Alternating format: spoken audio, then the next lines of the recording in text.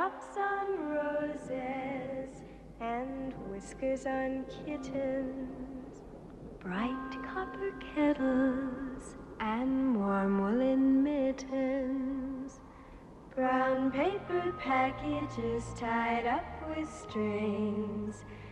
These are a few of my favorite things.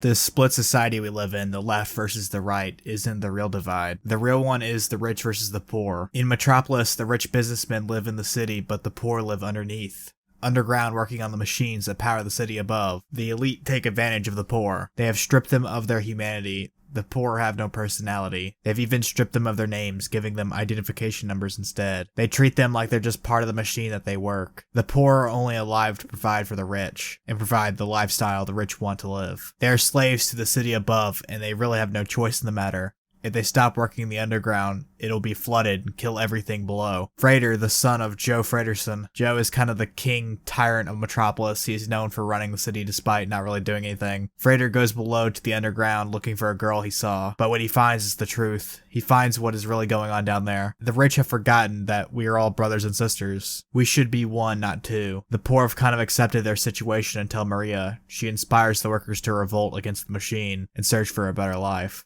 We really never find out how long they've been in the situation, how long the rich have been taking advantage of the poor. They're a lot like the Borg. Instead of their purpose being to achieve perfection, their purpose is to give the rich perfection. It reminds me a lot of the allegory of the cave. In Plato's Republic, he describes this allegory of the cave. Imagine a cave where people are imprisoned since childhood. They have been chained to where they can't move or look around in the cave. Behind them is a fire projecting light on the wall. Between the wall and the fire, there's a walkway where people walk, carry things, and do stuff. The prisoners can't see what's going on behind them. They're only able to see the shadows casted in front of them. The sounds echo off the walls, and the prisoners believe that the shadows are making the sounds. So the shadows become their reality. All they know is the shadows in front of them. They don't know the world around them until one prisoner breaks free from their chains and leaves the cave. The escaped prisoner has learned the real world, and he goes back to tell the others. The allegory isn't a perfect example for this movie, but it's kind of a blueprint. Maria takes a group of children to the Eternal Gardens and shows them the real world. She shows the children the lifestyle of their rich brothers. She has seen the world above. She knows the wrongdoings of the rich. Ignorance is bliss. The lower city doesn't know much about the city above. She starts a revolution underneath, recruiting men and women from the underground to make a peaceful uprising.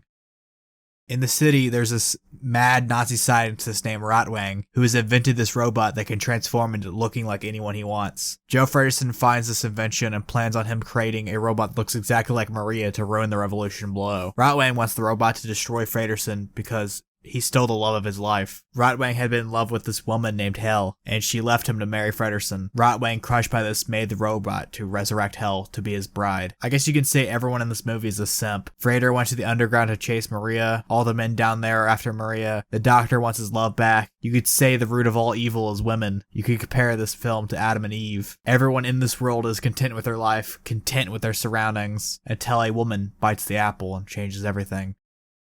I originally wanted to talk about this film to criticize capitalism, but this film wasn't released as a criticism of capitalism, or even communism or fascism, but you can criticize all of them with this film. You can mold art to criticize anything you want. You don't need the film to baby you and explain it. That's one thing I hate about these useless cash grab sequels is they over-explain the universe. They take away your creativity to make the film your own, to make its world your own. Capitalism has ruined art. It steals the soul of creation, and mass appeal makes it worse. In communist Russia, you have Tarkovsky, Klimov, Sheptiko, Eisenstein. I mean, there's pros and cons to everything. Whatever. Metropolis is one of Hitler's and Joseph Goebbels' favorite movies of all time, and you can really see life imitate art. Metropolis is a German expressionist film from 1927 directed by Fritz Lang. The film is based on a novel written by his wife. The German Expressionist movement was inspired by the First World War and the culture of the Weimar Republic in Germany. This film explores the industrialization of mass production going on in Germany. The movement and the film were revolutionary for world cinema. The first film in my mind, or at least the first relevant one in my mind, is Cabinet of Dr. Caligari from 1920. I mean, obviously it's not the first movie ever, but it's the first one in my mind. The cinematographer of Metropolis, Carl Freund, went on to work on early Universal monster movies, even directed The Mummy. Not only is it influential on cinema, but I would say it's influential on literature too. It's one of the first dystopians. It came out before 1984 in A Brave New World. The book that Lang's wife wrote came out in 1925. There's only one dystopian to come out before that, and it's the one known as the first dystopian ever. We by Yevgeny Zamyatin. There's a lot of similarities between the two. They stripped the citizens of their names, and the main character D503, actually enjoyed his situation being oppressed by the government, which you can assume most people working in the machines below would have been content as well. It's not really the worst situation you can be in. You're separated from nature, you have food and water, all your needs are taken care of, there's no homelessness or hunger, but you're trading away your humanity, your personality for that privilege. The church used to take advantage of people because the general mass couldn't read, but without religion, without that oppression, the Gutenberg press wouldn't have been made, quickly advancing humanity. Higher education shows you the wonderful world around you, but it also shows how bleak and miserable the world is around you. Maybe the thing worse than being oppressed is the awareness of your oppression. Ignorance is bliss. Maybe the search for something better is what ruins it. I used to watch and enjoy mass-marketed